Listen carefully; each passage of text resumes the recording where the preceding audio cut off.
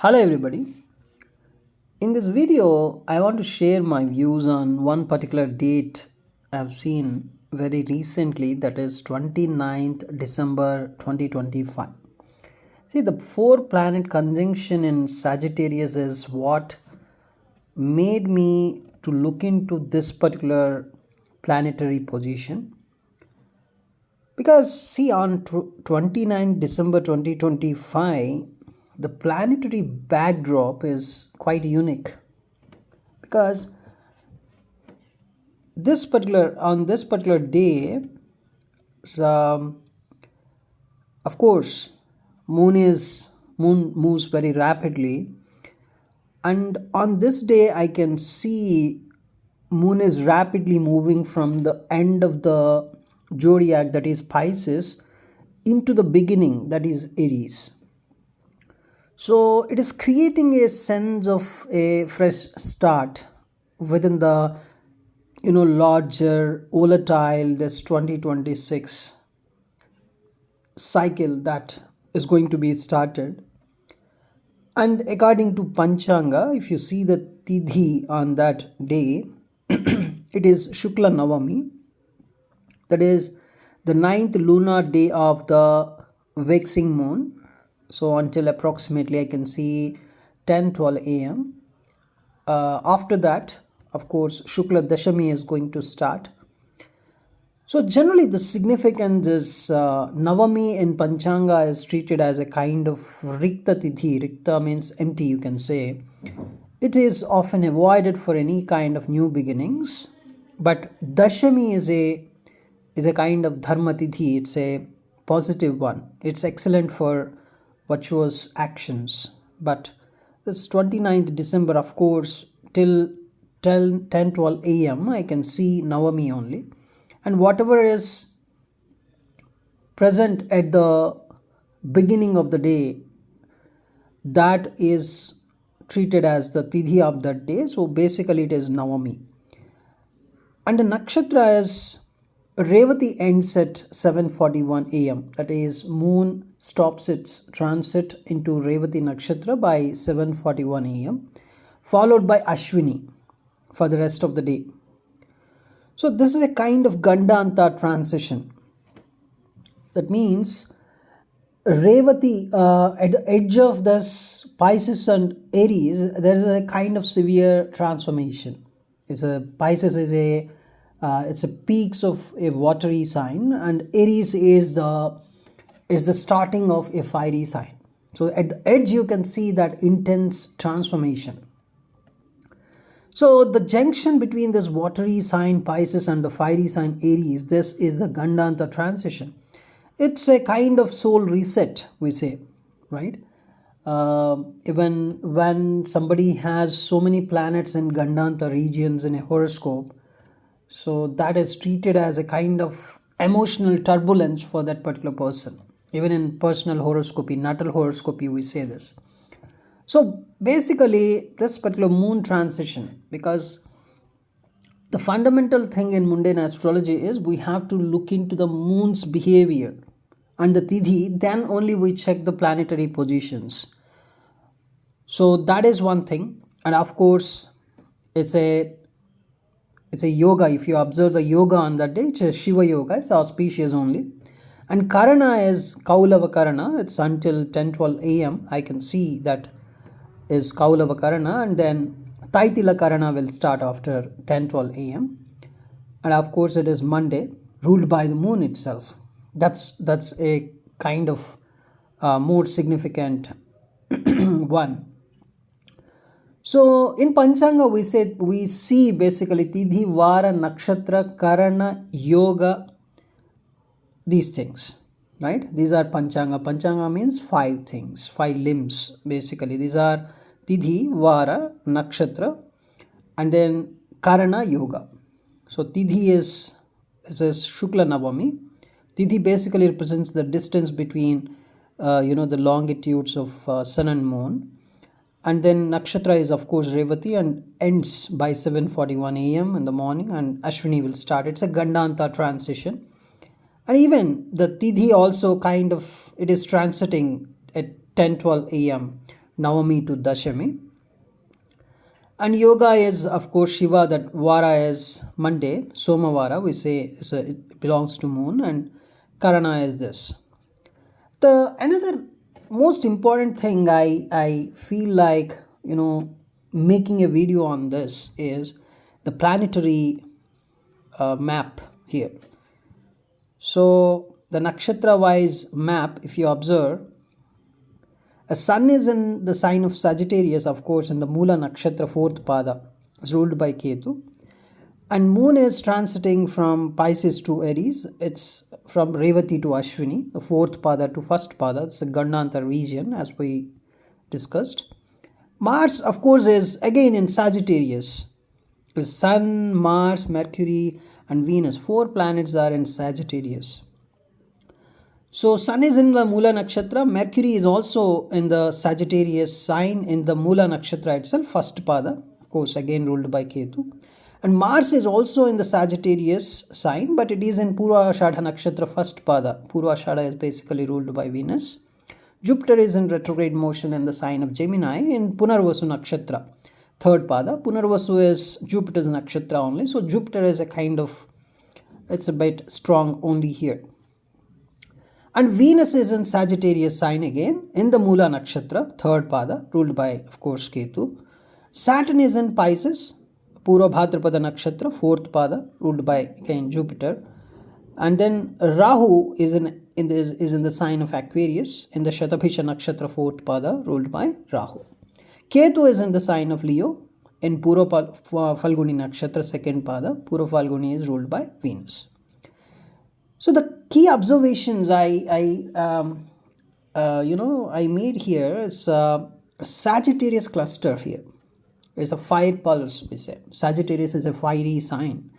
So a massive concentration of energy in the sign of Sagittarius, that's Sun, Mars, Mercury, and Venus. And in this also, Sun, Mercury, Venus is in Mula Nakshatra, Mars is in Purvashadha. But as a Sagittarius fire is, again, it's a kind of energy cluster here I can see in Sagittarius. So, and three of these planets, as I said, Sun, Mercury, Venus are in Mula Nakshatra. So Mula is a nakshatra ruled by Niriti. It's a goddess of dissolution, we say. It indicates getting to the root of the things, basically. So there is a kind of intense investigative energy I feel here. It's a kind of religious debates or radical policy shifts. I will discuss it elaborately in a minute. But initially I'm just giving a brief idea about the planetary positions here. And another important thing is Gandanta moon. So since the moon is crossing from Revati Pisces to Ashwini Aries here, early in the morning itself, right? So the first few hours of the day may feel a kind of ungrounded or chaotic. It's a classic bridge day between the old and the new. It's where the 2025 is ending and 2026 is starting. Of course, it's an English year, but still there is a kind of coincidence I feel here, that is on 29th December, there's a kind of ending of the old thing and the beginning of the new thing. That pattern I can clearly observe. That's why I'm making this video. So this particular even Gandanta moon is a classic bridge between the old theme and the new theme. And Jupiter Saturn influence, generally we see what is the position of Jupiter, what is the Saturn influence here. These two are very, very major planets, in addition to Rahu and Ketu as well. So Jupiter remains retrograde in Gemini. It is keeping the intellectual debates from the previous months active, while Saturn is in Pisces. It continues to put pressure on global financial and kind of global financial structures, I would say. So this is the whole theme I can observe. And if you think deeply on this particular is the theme of this 29th December 2025, is a kind of threshold day, I feel, right? So it's a kind of threshold day because just observe, it's end of one cycle. and not because this 2025 is ending and 2026 is starting.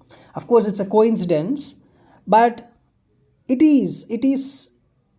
looks like a threshold day because it is indicating a irreversible turn towards another. So it's a real goodbye to 2025. It's not just 2025, it's basically you are saying goodbye to all the years, all 2025 years, or even before that, right? Everything you're saying a very good, a very big goodbye. A very big goodbye you were saying. And this 29th December 2025 is acting like a kind of a cosmic hinge, I would say. It's not a disaster day. I'm not saying it's a disaster day or something, but it is a kind of decision day, I would say. It's where you can clearly feel the energy as all the old narratives are they are going to be collapsed and hidden truths surface. And also you can see a kind of new trajectory you can feel here. I will explain why these themes are present. I already explained with some brief explanation just now, but I will dig deeper into it in a minute. So many things that appear small on this day become kind of unavoidable realities in 2026.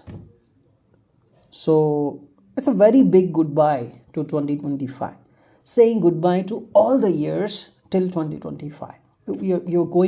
You're stepping into a new era basically by this 2026. And one thing, as I said, the moon's Gandanta shift is a kind of emotional and collective reset. Revati to Ashwini, a Pisces to Aries, because Revati is the last nakshatra in the nakshatra system and Ashwini is the first nakshatra. So Revati is always about completion, it's about dissolution, the final compassion, we say in Vedic astrology. And Ashwini nakshatra is the first nakshatra, even, this is the nakshatra when it points a kind of nakshatra which is actually pointing the beginning of the universe also. That's why it is related to birth, it is related to speed, medical intervention, warriors, pioneers. This is the nakshatra basically. And this Gandanta it's a karmic knot between this watery, that is, water is always associated with emotional energy in Vedic astrology, and fire is always associated with action, right? So the kind of action you do, that is all fire, and water is always associated with emotion. So this particular transition is a kind of Gandanta region between this Revati fourth pada and Ashwini first pada. So what is this actually, what this actually means? See, it's a kind of, this Gandanta is something like it's a sudden emotional reactions from leaders or institutions you can observe. It's an abrupt announcements made earlier than planned. So you can clearly see the manifestation is something like endings that feel unfinished, but they cannot be postponed. So the real reason here is moon rules the public mood. In mundane astrology, we say moon is the planet that rules public mood. So the Gandanta moon, it is bringing a kind of confusion followed by some impulsive clarity, I would say. And then, so this is not a calm transition, it's a kind of forced transition. So the world is forced. The world is here. Of course, all the global leaders have their own wishes, all the people have their own wishes, but God wants something else here. God wants that forced transition. So this 2025 to 2026 is a forced transition, I would say. It's not a calm transition at all. And another important thing is the Shukla Navami to Dashami transition on that day. It's something like dharma is replacing the void, because Navami is a kind of Rikta Tidhi, it's an empty one, nothing, zero. And then Dashami is Dharma, it's related to Dharma. So Dharma is replacing the void. This is the very, very interesting thing that made me to do this video basically. So I have been talking about this Dharma and all in my previous videos also, and this is actually showing that this is reflecting the same. This is here, Dharma is replacing the void. So that is the theme. And that day I'm seeing 4 planetary conjunction also.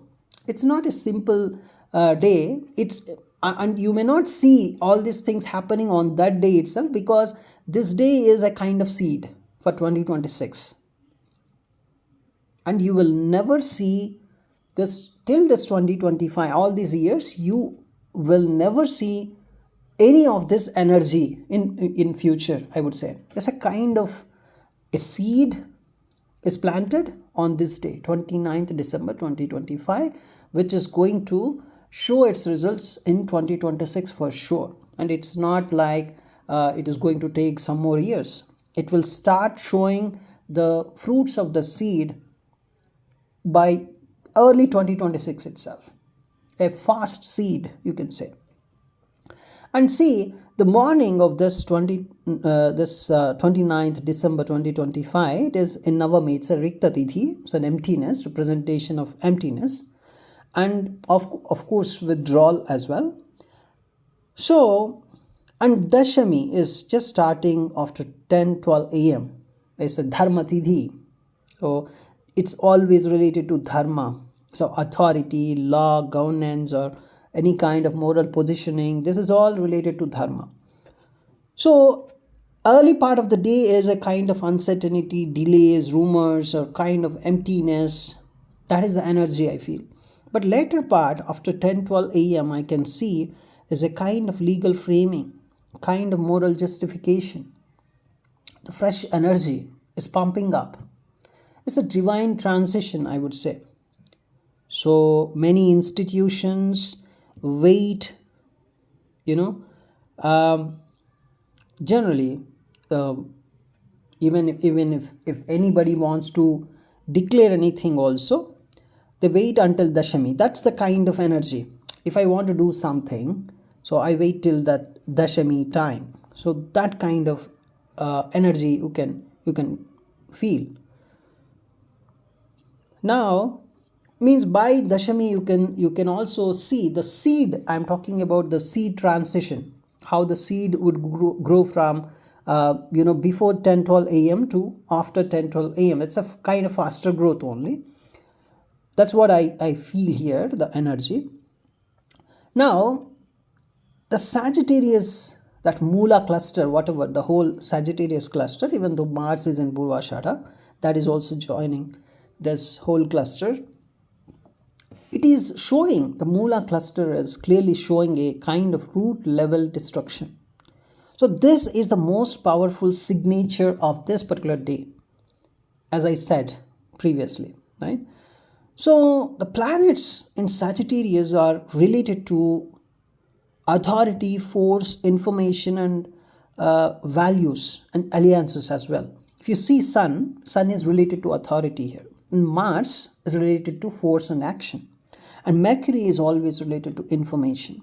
And Venus is related to your values and your alliances or relationships. So these 4 planets are in this cluster. So 3 planets, of course, are in Mula Nakshatra. So Mula is not about reforming or something, it uproots basically. So as a kind of sudden reversal of foreign policy or religious stance, totally. That's the seed, the behavior of the seed I am observing. And also a kind of cancellation of agreements. And also deep investigation, investigative revelations. It's always about belief, because this is all happening in the sign of Sagittarius, which is the sign of religion. Right? So this religion thing is what is this religious stance, a sudden reversal of foreign policy or religious stance, is what can be observed here.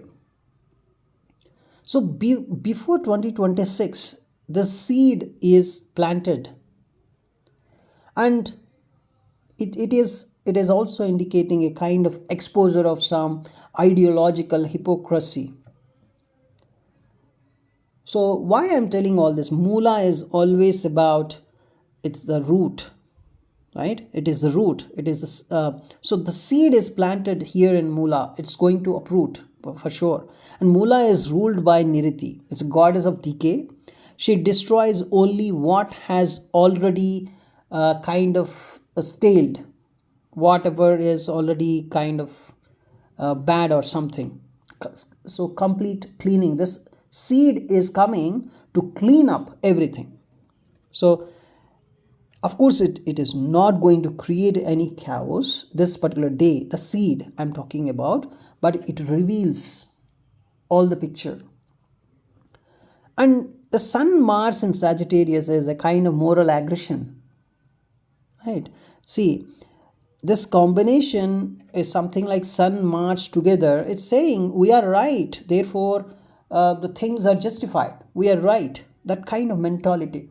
Because Sun and Mars is the conjunction is showing a kind of high levels of ego, right? So something like we are right. So that is the seed. The seed behavior is saying we are right, we are right. So we are right, we are justified, the things are justified. I would say this is a kind of moral absolutism, right? That is the correct word I can use here.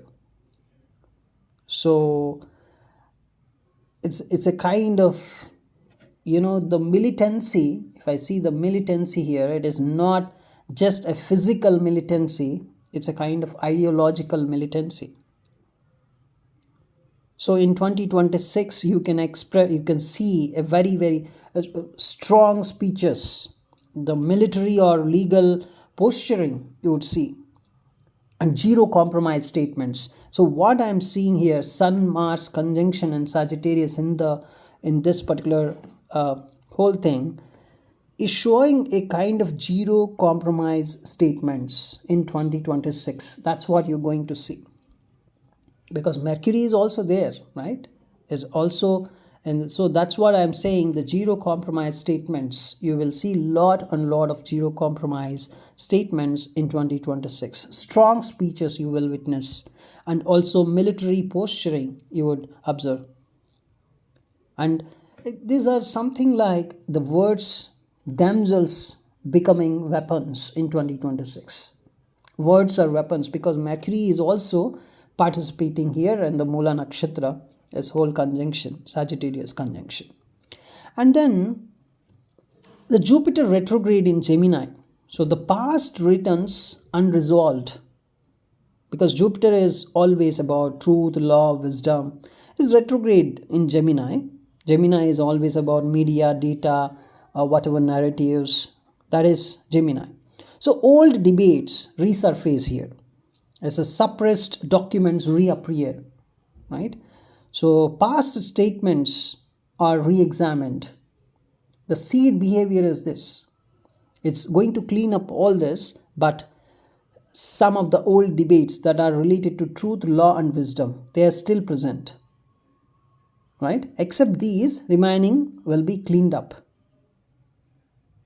And that is what you can see. So what it is showing up.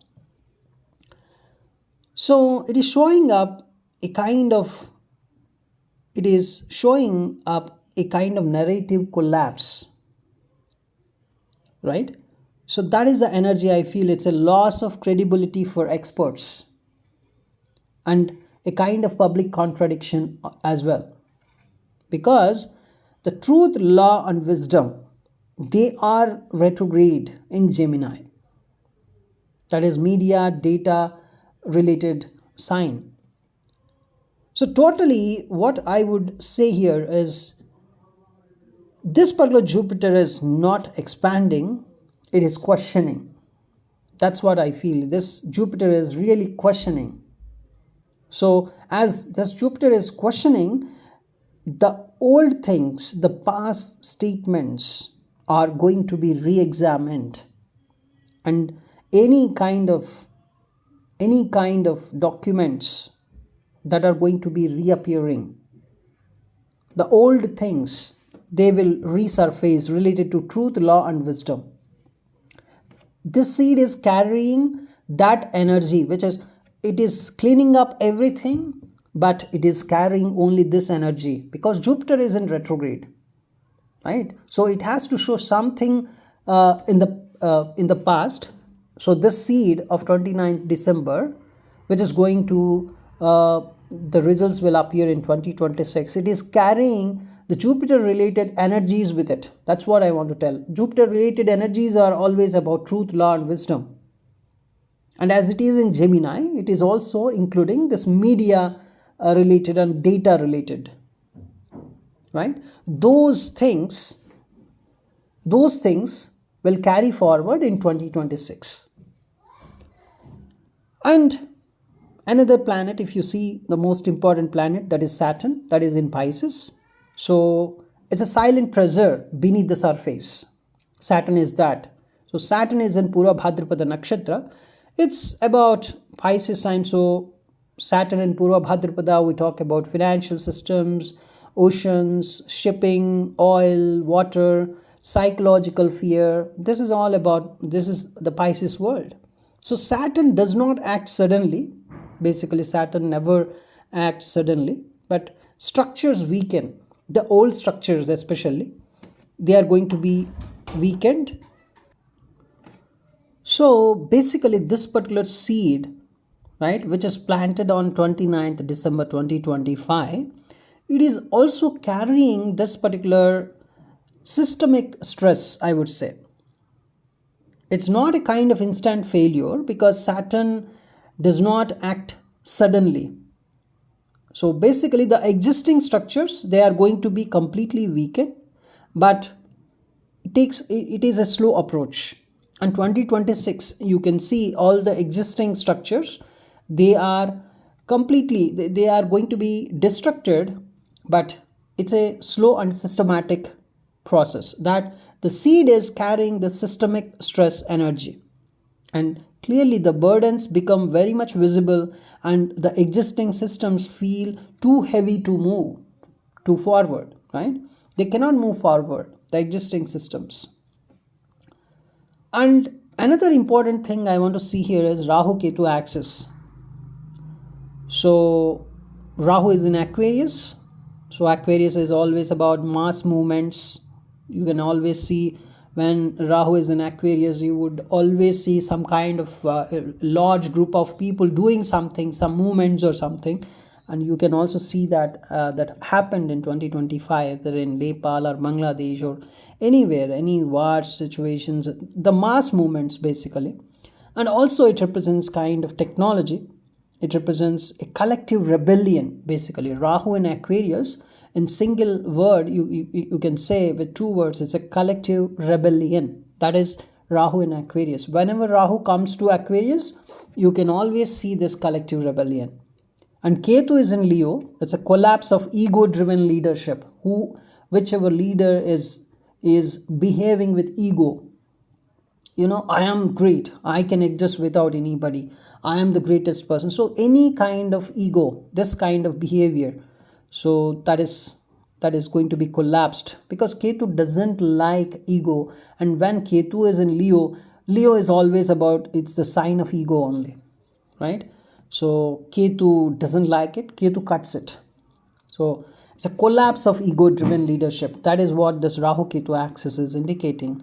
So this day, the seed that is planted is basically, it's whatever the seed is having, that of course you can witness in 2026. The leaders lose narrative control here. Groups gain some voice because of this, because ego-driven leadership is completely going to be cut off. Authority feels a bit very, very low in 2026. Any kind of authority. Only groups, the group of people, they gain voice slowly and structurally. They gain voice, I would say. So basically, the whole seed is something like, it is indicating a kind of major announcement that changes the future direction. A 2026 is, this 2025 goodbye is a big real goodbye. So this day, this seed is indicating a revelation that forces a policy rethink, is indicating a sudden resignation, a kind of distancing, or a kind of ideological U-turn. And it is showing a kind of beginning of investigations. It's showing a kind of emotional public reaction followed by a kind of official justification. So it's not a kind of immediate war outbreak, or it's not a kind of sudden collapse. It's not that. I said, slowly, structurally, systematically, the old things will be collapsed, but some of the things the seed is carrying with it, because of that retro Jupiter, is related to law, that's related to the truth and wisdom. So this is the energy one can feel. So it's not a loud thing, the 29th December 2025. Of course, there are some more interesting planetary positions in January. I will make videos on that. But this particular thing, it has got its own importance, the 29th December 2025. The seed is not a loud one. It's not showing any loud energy, but it is a kind of decisive energy. Definitely is an end of emotional tolerance, is a beginning of some kind of forced action, and it is going to uproot, it is indicating uprooting of false beliefs, and it is also indicating a moral framing of what comes next, because dharma is going to play a very vital role because of that Dashami influence. And the end of emotional tolerance, I am saying, because the moon is crossing Pisces on that day and going to Aries, which is the beginning of forced action. Even the universe, how the universe was born, it's a kind of forced action, right? And that started in Ashwini Nakshatra, I would say. The energy shows some kind of beginning, a forced beginning. And because of Mula, I have to say it's a kind of uprooting of false beliefs. So that is the energy. So more Mula energy. So I have to say this uprooting of false beliefs. So, and you can clearly see something like, in 2026 you'll clearly feel that yes, everything is changed, even though I didn't realize it that time. I did not realize it, but yes, in 2026 you will clearly say yes, everything is changed, but I did not realize it. I just traveled, I just went with the flow, and I did not even realize, oh my god, everything is changed, right? So this is the energy that you're going to witness in 2026. So this 29th December 2025 is planting a seed for that. And this seed has some faster growth. It's not a slow growth seed. It's not like you will witness the results of it after 30 years, not that. Just in 2026 onwards, you're going to witness. Thanks for watching this video.